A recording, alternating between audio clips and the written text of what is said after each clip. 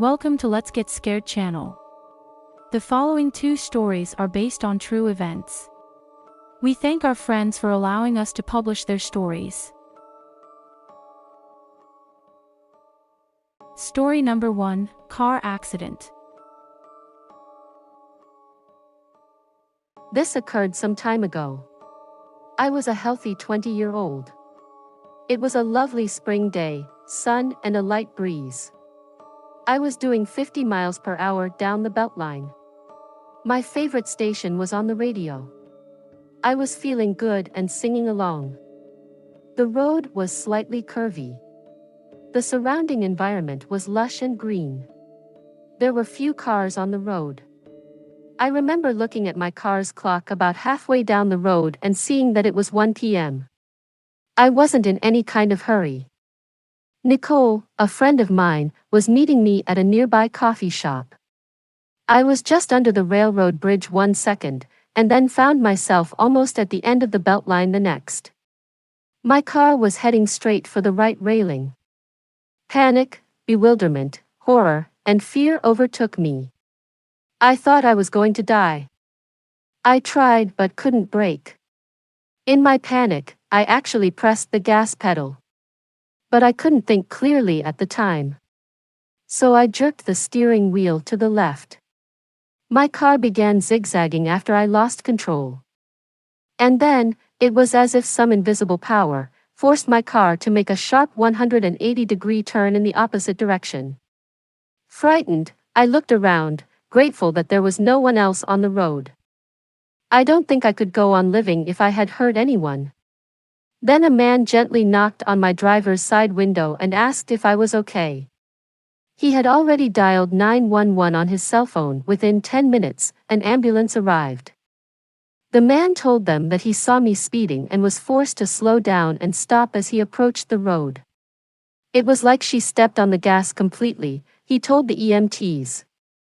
A police officer questioned me, asking if I had been drinking, if I was diabetic, and if I had fallen asleep behind the wheel. I answered no to all of the questions and offered to be tested for anything they suspected I may had taken. I was invited to be transported to the emergency room, but I declined. I felt no physical pain because of the adrenaline. They let me go because, although I looked shaken and scared, I had no visible injuries. My car was a little beat up, but it was still drivable. When I looked at the time, it was 3:15 p.m. I drove back home in silence, trying to figure out what had happened to me. Days later, every time I closed my eyes, I had flashbacks. I also avoided the Beltline for a while. But something has nagged at me to this day. The lost time. I've never been particularly good at math, but I can't account for, at least, an hour of that day. All I remember about the accident is that I was driving 50 miles per hour on the 12-mile Beltline. It was 1 p.m. when I was under the bridge. And this was where I lost all memory until I was about to smash into the railing. The whole drama took place at about half-mile away from the end of the Beltline. And my memory seemed to resume in that moment. If I was driving at top speed, as the eyewitness claimed, the distance from the bridge to the scene of the accident couldn't have been more than 5 minutes. How did I avoid crashing while making slight turns on the road? Hypothetically, if the emergency response crew took 1 hour total to reach and question me, and ensure that I was fit to drive, where did the next hour and 15 minutes go? Please leave a comment if you are good at math. I'm at a loss for words in trying to understand this time discrepancy. And why I can't remember why this accident happened. Story number 2, Disappeared without trace. The last several days have been like a twilight zone. Literally.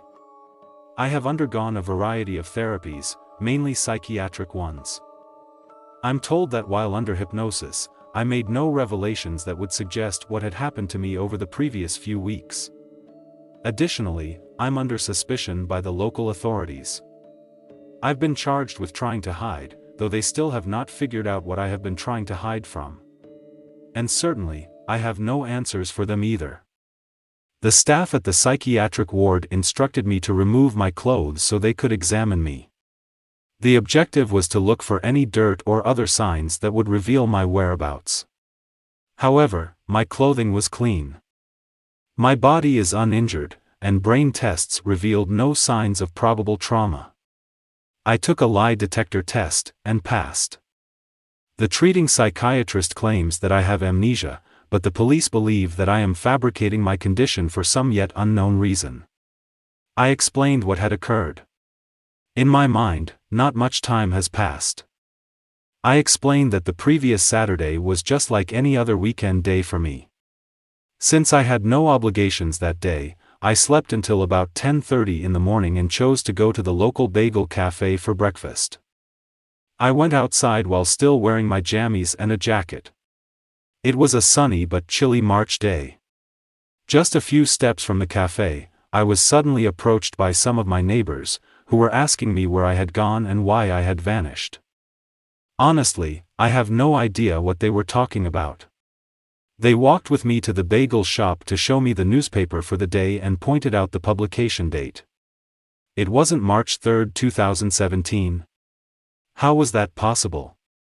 Although it took me only a few minutes to get from my residence to the cafe, they insisted it had been a month since I disappeared.